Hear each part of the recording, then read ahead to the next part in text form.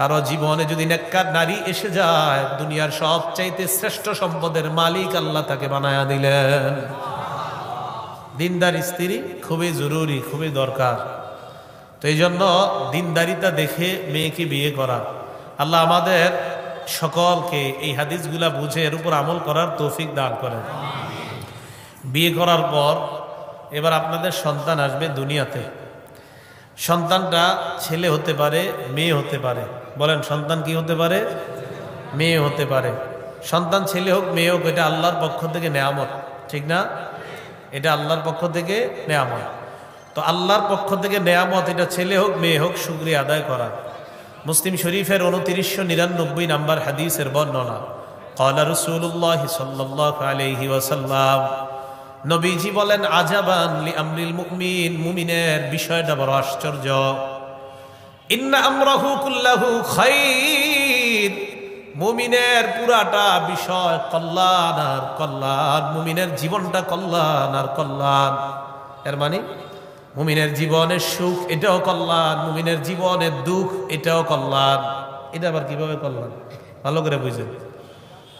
In আসাবাতহু সাররা শাকারা ফাকানা খায়রান লাহ, মুমিনের জীবনে যদি কল্যাণ আসে, মুমিন শুকরিয়া আদায় করে, এটা তার জন্য কল্যাণ হয়ে যায়। ওয়া ইন আসাবাতহু দাররা সাবারা ফাকানা খায়রান লাহ, মুমিনের জীবনে বিপদ আসলে মুমিন ধৈর্য ধারণ করে, ধৈর্য মুমিনের জন্য কল্যাণকর হয়ে যায়। তাহলে মুমিনের জীবনে সুখ আসলে শুকরিয়া, দুঃখ আসলে ধৈর্য। শুকরিয়াও কল্যাণ, ধৈর্য কল্যাণ। বলেন, শুকরিয়াও কল্যাণ, ধৈর্য কল্যাণ। তাহলে মুমিনের জীবনটাই আশ্চর্য। মুমিনের জীবনে সুখ আসবে, মুমিনের জীবনে দুঃখ আসবে।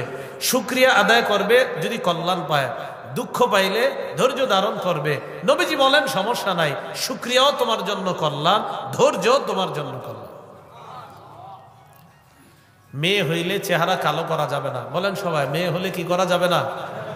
সূরা নাহলের 58 নম্বর আয়াতে আল্লাহ বলেন, ওয়া ইযা বুশিরা আহাদুহুম বিল উনসা যাল্লা ওয়াজহুহু মুসওয়াদ্দাহু ওয়া হুয়া কাযীম।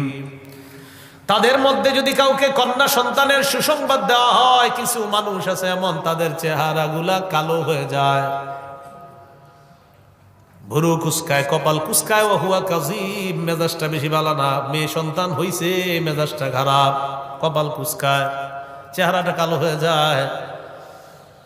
মেয়েটার দাদা বাংলাদেশ থেকে ফোন দিছে, সৌদি আরব থেকে সন্তান আব্দুর রহমান, একটু আগে তোমার একটা ফুটফুটে কন্যা সন্তান দুনিয়াতে আসছে। মেয়ের বাপেরও চেহারা কালো। বন্ধুরা জিজ্ঞাসা করে, কি ব্যাপার, তোমার স্ত্রীর সন্তান সম্ভব ছিল, কি খবর? কইতে চায় না যে মেয়ে হইছে। শুধু মেয়ে হইলে এদের আপনার চেহারা খারাপ। 14 গোষ্ঠী আছে কিছু ফ্যামিলি, সবগুলার চেহারা কালো হয়ে যায়। মেয়ে হইছে, এই মেয়ে কি, এটা কি হের দোষ? মেয়ে দিছে কে? বলেন, আল্লাহ দিছে। তাহলে মেয়ে হইলে চেহারা কালো করা যাবে না। যেগুলো বিয়ে করছেন নতুন নতুন, বলেন ছেলে মেয়ে যেটাই হোক, এটা কার নেয়ামত? মেয়ে হইলে কি চেহারা কালো করা যাবে? এবার আসেন, এক মেয়ে আছে কাদের? দেখি হাত তোলেন তো। এক মেয়ে। কয় মেয়ে? মাশাআল্লাহ, হাত নামান। তাখরিজুল মুসনাদ 3 নম্বর খণ্ড 294 নম্বর পৃষ্ঠা। ক্বালা রাসূলুল্লাহ সাল্লাল্লাহু আলাইহি ওয়াসাল্লাম, নবীজি সাল্লাল্লাহু আলাইহি ওয়াসাল্লাম বলেন, মান বুলিদাত লাহু ইবনা, কারো যদি একটা কন্যা সন্তান হয়, একটা কন্যা সন্তান হয়, ফালাম ইয়াইদহা, এই কন্যাকে যদি জীবন্ত কবর না দেয়, ওয়ালাম ইউহিনহা, অবজ্ঞা যদি না করে, ওয়ালাম ইউসির ওয়ালাদাহু আলাইহা, নিজের ছেলেকে কন্যার উপর যদি প্রাধান্য না দেয়, মানে ছেলেও আছে মেয়েও আছে, ছেলেটার বেশি আদর করে যদি এমন না হয়, ইয়ানি আয-যাকার, নবীজি বলেন, অর্থাৎ ছেলেকে বেশি আদর ব্যাপারটা যেন এমন না হয়, আদখালাহুল্লাহু বিহাল জান্নাহ, এই এক কন্যার কারণে আল্লাহ ওই বাবাকে জান্নাতে প্রবেশ করাবেন। এক কন্যার বাবারা খুশি? তাহলে এক কন্যা, এর কারণে আপনি অবজ্ঞা করবেন না। মেয়ে বলে অবজ্ঞা না করা, ঠিক না? আল্লাহ আমাদেরকে বুঝার তৌফিক দান করেন। 2 কন্যা আছে কাদের? মাশাআল্লাহ, 2 কন্যা আপনার। আপনার তো আরো ভালো অবস্থা। তিরমিজি শরীফ 1914 নম্বর হাদিসের বর্ণনা। ক্বালা রাসূলুল্লাহ সাল্লাল্লাহু আলাইহি ওয়াসাল্লাম, আনাস রাদিয়াল্লাহু তাআলা আনহুর বর্ণনা, আল্লাহর রাসূল সাল্লাল্লাহু আলাইহি ওয়াসাল্লাম বলেন, মান আলা জারিয়াতাইন, কেউ যদি দুটি কন্যাকে লালন পালন করে, কয়জন?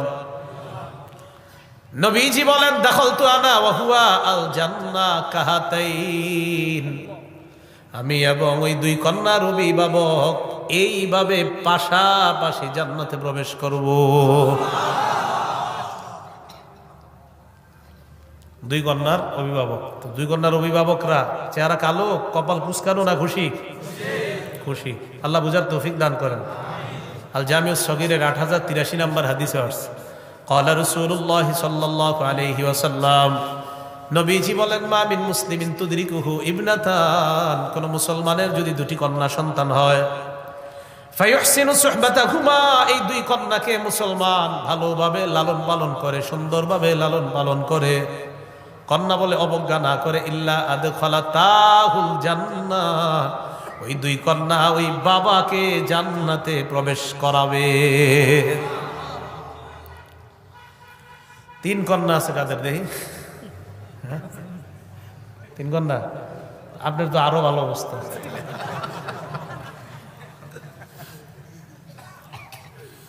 আর সিলসিলাতুস সহিহা এই কিতাবের 1027 নম্বর হাদিস, ক্বালা রাসূলুল্লাহ সাল্লাল্লাহু আলাইহি ওয়াসাল্লাম, নবীজি সাল্লাল্লাহু আলাইহি ওয়াসাল্লাম বলেন, মান কানা লাহু সালাসু বানাত, যার তিনজন কন্যা আছে, ফায়ুবিহিন্না, কন্যাদেরকে আশ্রয় দেয়, ওয়া ইয়ারহামুহুন্না, কন্যাদের প্রতি মায়া করে,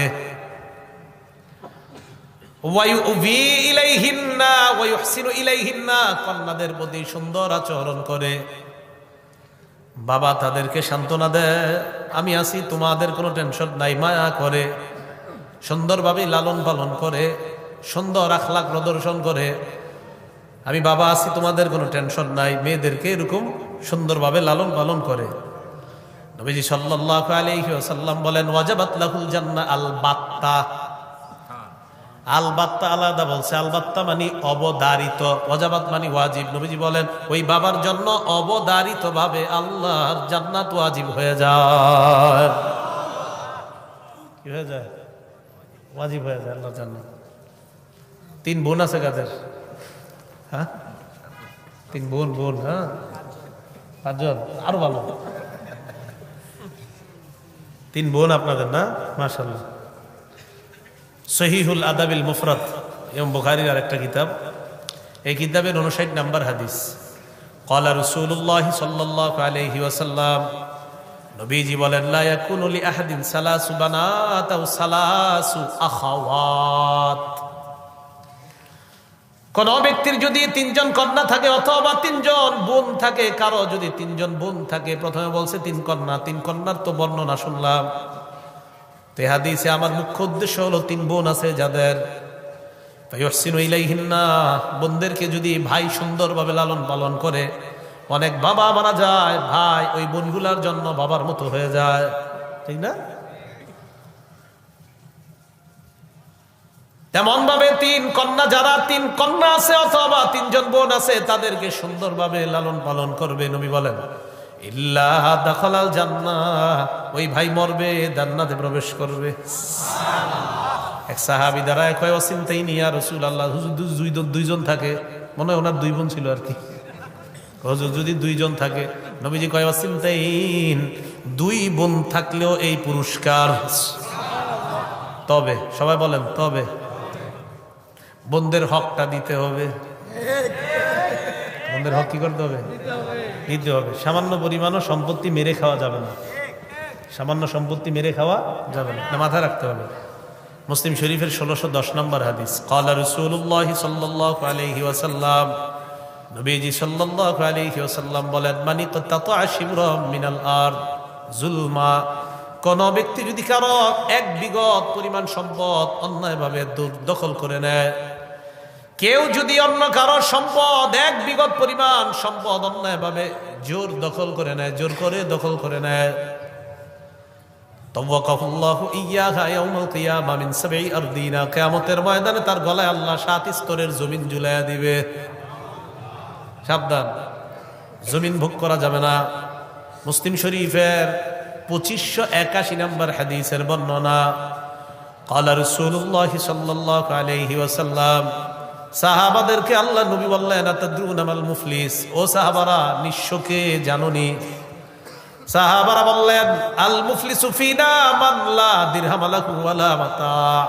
ইয়া রাসূলুল্লাহ, আমাদের মধ্যে নিঃস্ব ওই ব্যক্তি যার সম্পদ নাই, সোনা দানা নাই, স্বর্ণ রূপা নাই, সে হলো আমাদের মধ্যে নিঃস্ব।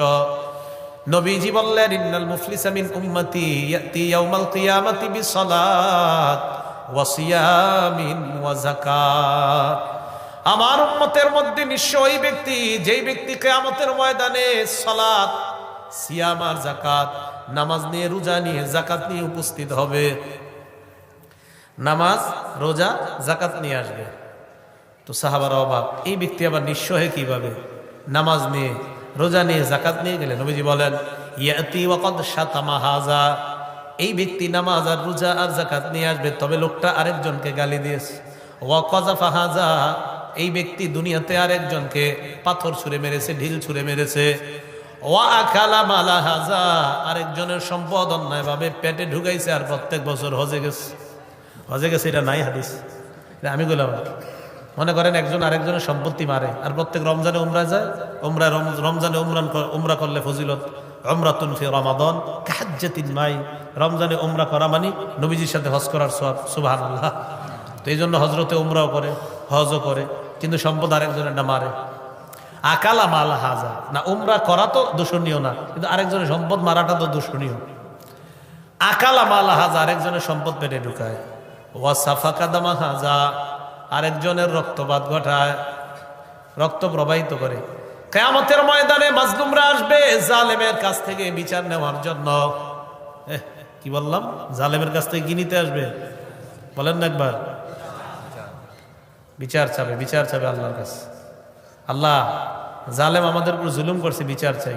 খুব সাবধান, একটা চড়ুই পাখিরও যদি জুলুম করেন, এটাও আল্লাহর কাছে বিচার দিবেন। আর সেখানে মানুষ, কি বললাম, চড়ুই পাখির যদি জুলুম করেন, এটাও বিচার দিবে। নাসাই শরীফের 4446 নম্বর হাদিসে আছে, রাসূল সাল্লাল্লাহু আলাইহি সাল্লাম বলেন, মান কাতালা উসফুরান আবাসা, কেউ যদি একটা চড়ুই পাখিকে অন্যায়ভাবে হত্যা করে, আজ্জা ইলাল্লাহি ইয়াউমাল কিয়ামা, এই চড়ুই পাখি কিয়ামতের ময়দানে আল্লাহর কাছে মামলা দায়ের করবে তার বিরুদ্ধে। ইয়া রাব্বি ইন্না ফুলানান কাতালানি আবাসা, আল্লাহ, এই লোক আমারে অনর্থক হত্যা করেছে। ওয়ালাম ইয়াকতুলনি লিমান ফাআল, আমাকে কোনো কারণে ছাড়াই হত্যা করেছে। মাবুদ, আমি বিচার চাই। সেখানে মানুষ। সাবধান, জালেম হয়ে না, খুব বিপদে পড়ে যাবেন। চড়ুই পাখির উপরে জুলুম করলে বাঁচার রাস্তা নাই, তাহলে মানুষের উপর যদি জুলুম করা হয় বাঁচার রাস্তা থাকবে? আর মানুষের মধ্যে যদি মানুষটা ইমানদার হয়, হ্যাঁ, ইমানদার হইলে খায়ের। মাজলুমরা এসে বলবে, আল্লাহ বিচার চাই। ফায়ুতা হাদা মিন হাসানাতিহি, এক মাজলুমকে জালেমের নেক আমল দিয়ে দেওয়া হবে। দেওয়ার পর আরেক মাজলুম এসে বলবে, আল্লাহ বিচার চাই। ফায়ুতা হাদা মিন হাসানাতিহি, এই জালেমের থেকে নেক আমল আরেক মাজলুমকে দেওয়ার পর আরেকজন এসে বলবে, আল্লাহ বিচার চাই। ফাইন ফানিয়াত হাসানাতুহু, আমলনামা যদি শেষ হয়ে যায়, উখিযা মিন খাতায়া, যেই মাজলুমকে জালেমের থেকে নেক আমল দিতে পারে নাই, ওই মাজলুমের গুনাহগুলা নিয়ে জালেমকে দেওয়া হবে। সুম্মা তুরিহা ফিন্নার, এরপর কে জালেমকে গুনাহের সাগরের মধ্যে, কতজনের গুনাহ চিন্তা করেন, অভাব নাই তো, জুলুম যে কতজনের করছে, এই সব গুনাহের পাহাড় নিয়ে জাহান্নামে যাবে। নাউজুবিল্লাহ। তো নামাজ, রোজা, হজ, যাকাত কই গেল? জালেম হয়েন না। জালেম যদি হন তাহলে অবস্থা খারাপ হয়ে যাবে। বলছিলাম, বোনদেরকে লালন পালন করবেন, 3 বোন, এই 3 বোন আপনাকে জান্নাতে নিবে, শর্ত তাদের সম্পত্তি মেরে খাওয়ার চিন্তাও করা যাবে না। আল্লাহ কথাগুলো বুঝার তৌফিক দান করেন। আম্মা জান আয়েশা সিদ্দিকা রাদিয়াল্লাহু তাআলা আনহা, তিরমিজি শরীফের 1915 নম্বর হাদিস। আম্মা জান আয়েশা সিদ্দিকা বলেন, এক নারী আমার কাছে আসছে, এক মহিলা, ওয়া মাআহা ইবনাতান, মহিলার সাথে তার 2 মেয়ে আছে। আসার পর ফাসালাত, আমার কাছে সাহায্য চেয়েছে। আম্মা জান আয়েশা বলেন ফালাম তাজিদ ইনদি গায়রা তামরা, আমার ঘরে একটা খেজুর ছাড়া আর কিছুই নাই। আম্মা জান আয়েশা বলেন ফাআতাইতুহা, আমি খেজুরটা মহিলাকে দিয়ে দিলাম। মহিলাকে খেজুর দেওয়ার পর আমি তাকায় দেখলাম কসামাত হা বাইনা ইবনাতাইহা, মহিলা ওই খেজুরটা দুই ভাগ করে তার দুই কন্যাকে দিয়ে দেয়। দুই ভাগ করছে, ওইরা কন্যা দুইজনকে দিয়ে দেয়। চিন্তা করেন খেজুর কয়টা, প্রচন্ড ক্ষুধার্ত, তিনজন, মাও ক্ষুধার্ত, মেয়ে দুইটাও ক্ষুধার্ত। তো খেজুর দুই ভাগ দুইজনে দিচ্ছে। দেওয়ার পর মেয়ে দুইটা খেজুর খাইছে। মা ফালাম তাকুল শাইআন মিনহা শাইআন, মা কিছু খায় নাই। আম্মা জান আয়েশা বলেন একটু পরে মা আর দুই মেয়ে চলে গেছে। নবীজি সাল্লাল্লাহু আলাইহি সাল্লাম ঘরে আসছে। আসার পর আমি বললাম, নবীজি বলেন আয়েশা মানিবতুলিয়া বিন হাদিহিল বানাত, দুনিয়ার কোন মানুষকে যদি এই কন্যা দ্বারা পরীক্ষা করা হয়, কন্যা পরীক্ষা হয়ে যায়, মাঝে মাঝে একটা মেয়ের বাবা কতটা পেরেশানির মধ্যে থাকে 20 বছর হওয়ার পর যখন বিয়ে না হয়, ঠিক না, কত পেরেশান।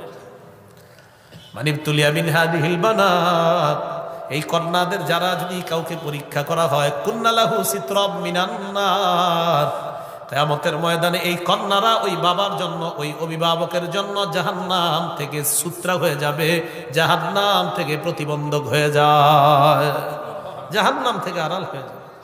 তাহলে বুঝাইতে চাইলাম কন্যা হইলে চেহারাটা কালো করা যাবে না। ওই যে ছেলে হোক মেয়ে হোক, এটা আল্লাহর নেয়ামত, এর মধ্যে কন্যা যদি হয় চেহারাটা কালো করা যাবে না। আল্লাহ আমাদেরকে বুঝার তৌফিক দান করেন। ছেলে মেয়ে হওয়ার পর এখন আপনার কি করণীয়? সূরা তাহরিমের 6 নম্বর আয়াতে আল্লাহ বলেন, ইয়া আইয়ুহাল্লাযীনা আমানু কু আনফুসাকুম ওয়া আহলিকুম নারা, হে ঈমানদার, নিজেদেরকে এবং পরিবারকে আগুন থেকে বাঁচাও। ওয়াকুদুহান নাস ওয়াল হিজারা, যেই আগুনের জ্বালানি হলো মানুষ এবং পাথর। বলেন আগুনের জ্বালানি কি মানুষ এবং পাথর? তো আল্লাহ পাক রব্বুল আলামিন বললেন মানুষ এবং পাথর, যে আগুন আমি মানুষ আর পাথর দিয়ে জ্বালাবো, এই আগুন থেকে নিজেরা আর পরিবারকে বাঁচাও। মুসান্নাফু ইবনে আবি শাইবাহ 8 নম্বর খণ্ড 357 নম্বর পৃষ্ঠা। ক্বালা রাসূলুল্লাহ সাল্লাল্লাহু আলাইহি ওয়াসাল্লাম, নবীজি সাল্লাল্লাহু আলাইহি ওয়াসাল্লাম বলেন, রাহিমাল্লাহু ওয়ালিদান আ'ানা ওয়ালাদাহু আলা বিররিহি, ওই বাবার উপর আল্লাহ দয়া করেন যেই বাবা তার সন্তানের ক্ষেত্রে, আল্লাহর ইবাদতের ক্ষেত্রে সহযোগী হয়ে যায়। আবার বলছি, ওই বাবার উপর আল্লাহ দয়া করেন, ওই অভিভাবকের উপর আল্লাহ দয়া করেন। আনা, যেই বাবা সাহায্য করে, সহযোগিতা করে, ওয়ালাদা, তার সন্তানকে, আলা বিররিহি, আল্লাহর আনুগত্যের ক্ষেত্রে। আল্লাহর আনুগত্যের ক্ষেত্রে কোন বাবা যদি তার সন্তানের সহযোগী হয়ে যায়, নবীজি বলেন আমি ওই বাবার উপর আল্লাহর রহম যেন হয়, এই দোয়া করে গেলাম। রহিম আল্লাহ, ওই বাবার উপর আল্লাহ দয়া করেন। তাহলে আপনার কি কাজ? সন্তান দুনিয়াতে এসে একটু একটু আস্তে আস্তে যখন বড় হবে, এই সন্তানকে আল্লাহর আনুগত্য শিখানো। কি শিখানো? আল্লাহর আনুগত্য। 7 বছর হওয়ার আগে থেকেই, মনে করেন 3 বছর 4 বছর, তখন থেকেই বাচ্চাদের সামনে আপনি এমন একটা পরিবেশ তৈরি করা যেন আপনার বাচ্চা আপনাদেরকে শিখেই কিছু দেখে দেখে কিছু শিখতে পারে। আমাদের আলহামদুলিল্লাহ ওলামায়ে কেরামদের ঘরের খোঁজ নিয়েন, বাচ্চারা 2 বছর 2.5 বছরের বাচ্চা দেখবেন ওর বাপের সাথে, মেয়েরা অথবা ছেলেরা, ছোট ছোট ছেলে মেয়েগুলা মায়ের সাথে বাবার সাথে দাঁড়ায় যায় নামাজে। নামাজ হোক আর না হোক, পরনে কাপড় থাকার না থাক, কিন্তু দাঁড়ায় সাথে। হ্যাঁ, ছেলেগুলা দেখবেন টুপি, কোনো মতে যদি টুপি পরা শিখে, মাথায় টুপি দিব, প্যান্ট পরুক আর না পরুক, টুপি একটা দিয়ে খাড়ায় যায় পাশে গিয়ে। এটা কি? এটা হলো আপনার পরিবেশের প্রভাব, পরিবেশের প্রভাব। এখন আপনার ঘরে 24 ঘন্টা চলে টেলিভিশন, তো প্রভাবটা হবে কি? ভাই কথাগুলো বুঝে আসছে? সহিহ বুখারীর 893 নম্বর হাদিসের বর্ণনা এবং 6138 নম্বর 7138 নম্বর হাদিসও আছে। দুটোটা হাদিস একই রকম, বাকি শব্দ একটু ভিন্নতা আছে।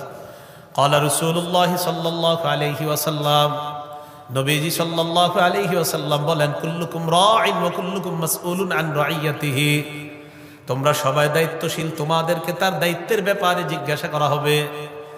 আল ইমামু রাঈন ওয়া মাসউলুন আন রাইয়াতিহি, ইমাম দায়িত্বশীল মানে শাসক দায়িত্বশীল, তাকে তার প্রজাদের ব্যাপারে জিজ্ঞাসা করা হবে। ওয়ার রাজুলু রাঈন ফি আহলি বাইতিহি, বাবা যারা আছেন তারা শুনেন, পুরুষ যারা আছেন তারা শুনেন, প্রত্যেকটা পুরুষ সদস্য রাঈন ফি আহলি বাইতিহি, পরিবারের দায়িত্বশীল, ওয়া মাসউলুন আন রাইয়াতিহি, যারা ঘরের দায়িত্বশীল আছেন, আপনাকে আপনার বিবি, আপনার ছেলে মেয়ে, আপনার পরিবারের ব্যাপারে আল্লাহর কাছে আপনাকে জিজ্ঞাসিত হতে হবে। আল্লাহ আপনাকে জিজ্ঞাসা করবে আপনার বিবির ব্যাপারে, আপনার ছেলের ব্যাপারে, আপনার মেয়ের ব্যাপারে আল্লাহ আপনাকে জিজ্ঞাসা করবে। ভাইও, আপনার ছেলে মেয়েগুলাকে আপনি টেলিভিশন কিনে দিয়েন না, আপনার ছেলে মেয়েকে আপনি গুনাহের কিছু কিনে দিয়েন না। কয়জনের গুনাহের ভার আপনি মাথায় নিতে চান? একাকি গুনাহ করলে তো আল্লাহ আপনাকে মাফ করে দিবে, কিন্তু আপনি যে গুনাহের দরজা খুলে দিয়েছেন, এই দরজা যে খুলে দিলেন, কয়জনের গুনাহের ভারটা মাথায় নেবেন বলেন? ছেলে দেখতেছে, মেয়ে দেখতেছে। শুধু কি তাই? পেটে সন্তান আসছে একজন মেয়ের, মহিলার মানে স্ত্রীর, এই সন্তান পেটে নিয়ে সারাক্ষণ টেলিভিশন দেখতেছে। তো এই সন্তান কি হবে? এটাই তো বড় হইলে আপনার নাস্তিক হয়। ছোটবেলা থেকে কি শিখাইতেছেন? আল্লাহ হেফাজত করেন। এরপরে কি বলে দেখেন, ওয়াল মারআতু রাইয়াতুন ফি বাইতি যাওজিহা, আরেক জায়গা আছে ওয়াল মারআতু রাইয়াতুন আলা আহলি বাইতিহা অথবা আলা আহলি বাইতি যাওজিহা ওয়া মাস, এরপরে আছে ওয়া ওয়ালাদিহি, এই জায়গাটা শুনেন, ওয়া ওয়ালাদিহি, স্ত্রী যারা আছেন, মহিলা যারা আছেন, তাদেরকে আপনার স্বামীর পরিবারের ব্যাপারে নবীজি বুখারীর বর্ণনায় বলছে ওয়া ওয়ালাদিহি, আলাদা আনছে, এবং সন্তানদের ব্যাপারে একজন স্ত্রী দায়িত্বশীল। আবার বলছে নবীজি বলেন স্ত্রী কোন পরিবারের পুরাটা পরিবারের ব্যাপারে, এরপরে নবী আলাদা ওয়া ওয়ালাদিহি বলছে। সহিহ বুখারী ৭১৩৮ নম্বর হাদিসে ওয়ালাদি শব্দটা আনছে আলাদা, ওয়া ওয়ালাদিহি, স্বামীর সন্তানদের ব্যাপারে স্ত্রী দায়িত্বশীল। ওয়াহিয়া মাসউলাতুন আনহু, এই সন্তানের ব্যাপারে স্ত্রীকে জিজ্ঞাসা করা হবে। এখন বলেন ২ বছর বয়সে যদি আপনি ছেলের কার্টুন দেখান আর খাবার খাওয়ান, জিজ্ঞাসিত হতে হবে কিনা? কার্টুন দেখায়, হিন্দি গান চলতেছে, মিউজিক চলতেছে, কার্টুন দেখায় খাবার খাওয়াইতেছে, এই সন্তান বড় হলে আপনি কি আশা করেন বলেন? তো আপনাকে জিজ্ঞাসিত হতে হবে কিন্তু। তো বলছি এই জন্য ছোট থেকে ৩-৪ বছর বয়স থেকে এই সন্তানরা যেন কিছু শিখতে পারে। আরে ভাই, ২ বছর, ২.৫ বছর, ৩ বছর বয়স থেকে সন্তানরা যদি আপনার মুখে আপনার কোরআনের কিছু সূরা, অন্তত আলেম ওলামা যারা তাদের পরিবারের খোঁজ নিয়েন, ৩ বছর বয়সে দেখবেন কোরআন কি জিনিস এটা জানে না, কিন্তু এটা বলতে পারে কুল হু আল্লাহু আহাদ। পরে শুদ্ধ হোক আর না হোক, কিছু একটা বলতে থাকবে দেখবেন। এটা কেন? এটা প্রভাব, এটা আপনি পাশে পড়তে হবে। তো বুঝাইতে চাইলাম, আপনার সন্তানের প্রথম শিক্ষা হবে কোরআন। বলেন সবাই, সবাই বলেন, বলেন প্রথম সন্তানকে প্রথম শিক্ষা কি দিব? কোরআন। আল্লাহ তৌফিক দান করেন। মুসলিম শরীফের ৮০৪ নম্বর হাদিসের বর্ণনা, ক্বালা রাসূলুল্লাহ সাল্লাল্লাহু আলাইহি ওয়াসাল্লাম, নবীজি বলেন ইকরাউল কুরআন, তোমরা কোরআন পড়ো, তোমরা কোরআন পড়ো। ফাইন্নাহু ইয়াতি ইয়াউমাল কিয়ামাতি শাফিআন লিআসহাবিহি, কোরআন কিয়ামতের ময়দানে পাঠকের জন্য সুপারিশকারী হিসেবে উপস্থিত হয়ে যাবে। এরপর নবী বলেন ইকরাউজ যাহরাবাইন সূরাতাল বাকারাতি ওয়া সূরাত আলি ইমরান, কোরআনের ২টি উজ্জ্বল সূরা বেশি পড়বা, একটা হলো সূরা বাকারা আর একটা হলো সূরা আলি ইমরান। ফাইন্নাহুমা ইয়াতিয়ানি ইয়াউমাল কিয়ামাতি কাআন্নাহুমা গামামাতান আও গায়ায়াতান আও ফিরকান মিন তায়রিন সাওয়াফ ফাতুহাজ্জানি আন আসহাবিহিমা। নবীজি বলেন সূরা বাকারা আর সূরা আলি ইমরান কিয়ামতের ময়দানে পাঠকের মাথার উপর এমন ভাবে উপস্থিত হবে, দেখলে মনে হবে ২ খণ্ড মেঘ অথবা ২টি ছায়া অথবা উড়তে থাকা পাখির ২টি ঝাঁক পাঠকের পক্ষে আল্লাহর কাছে সুপারিশ করে জান্নাতি বানানোর চেষ্টা করবে।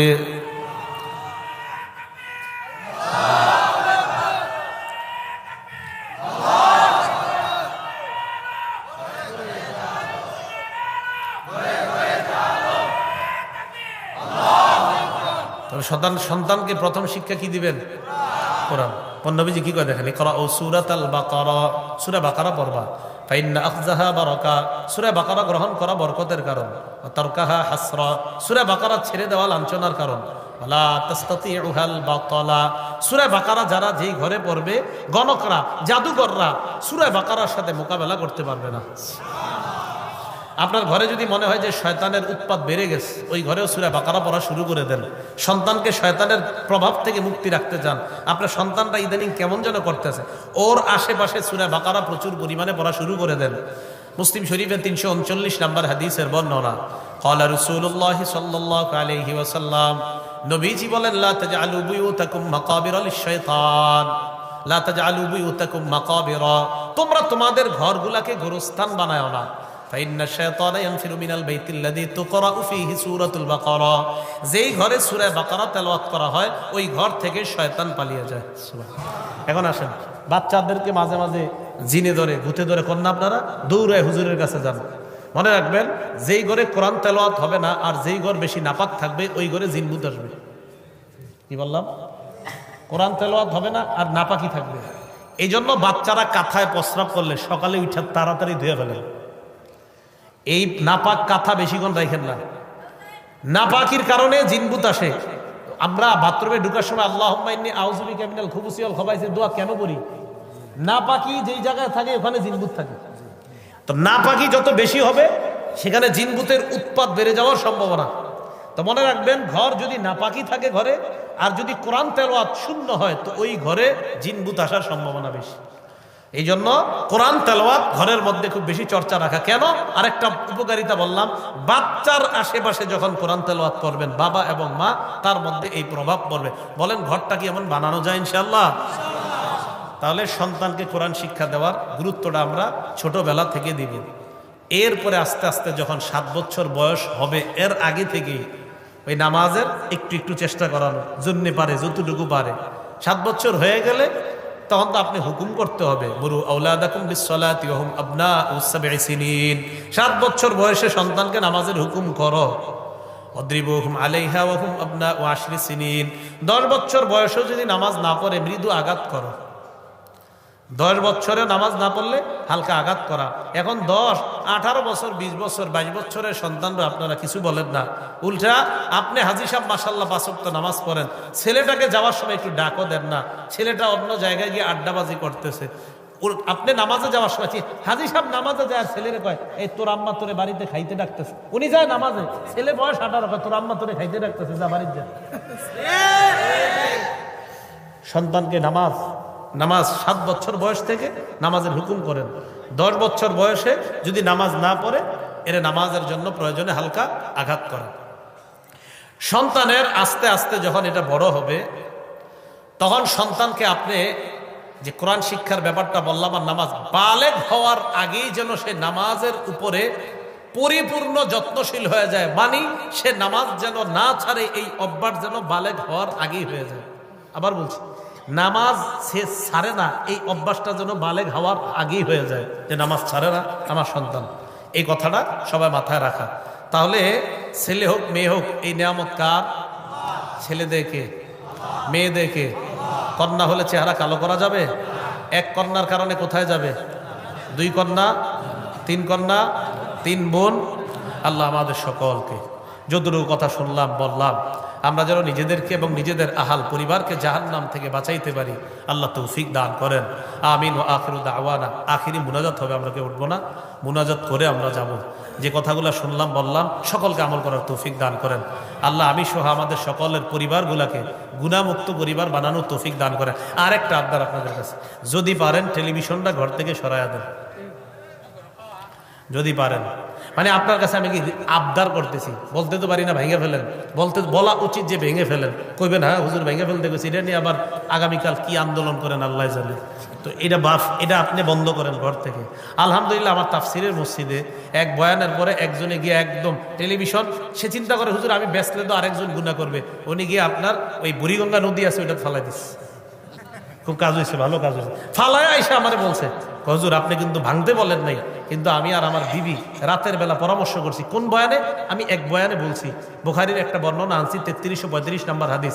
এই বয়ানে আমি বলছি যে লা তুকতালু নাফসুন জুলমা ইল্লা কানা আলা ইবনি আদম আল আউয়ালি কিফলুম মিন দামিহা।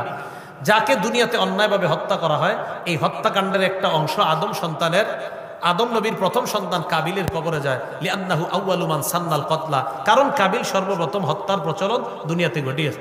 তো এই হাদিসটা বলে আমি বললাম, প্রিয় মুসল্লি ভাইয়েরা, তাফসিরে যে আপনাদের মধ্যে যারা ঘরের মধ্যে টেলিভিশনটা কিনে গুনাহের দরজা খুলে দিছেন, একটু ভাবেন তো আপনার এই দরজা দিয়ে যারা যারা গুনাহ করবে তাহলে আপনার কি অবস্থা হবে। মানে আমি বলছি কাবিল এই হত্যার প্রচলন ঘটানোর কারণে ওর কবরে সব গুনাহ গেছে। আপনি যে ঘরে গুনাহের একটা দরজা নিয়ে আসছেন, গুনাহের দরজা খুলে দিলেন, আপনার ছেলে দেখে, আপনার মেয়ে দেখে, আপনার বিবি দেখে, এটা কি হবে? এটা বলার পরে আবার বলছি আজকে রাত্রে বিবির সাথে গিয়ে পরামর্শ করেন যে এই গুনাহের দরজা কি ঘরে রাখা ঠিক হবে কিনা। ওই এক মুসল্লি ভাই সত্যি সত্যি বিবির সাথে পরামর্শ করে পরের দিন টেলিভিশন ফালাই দিস।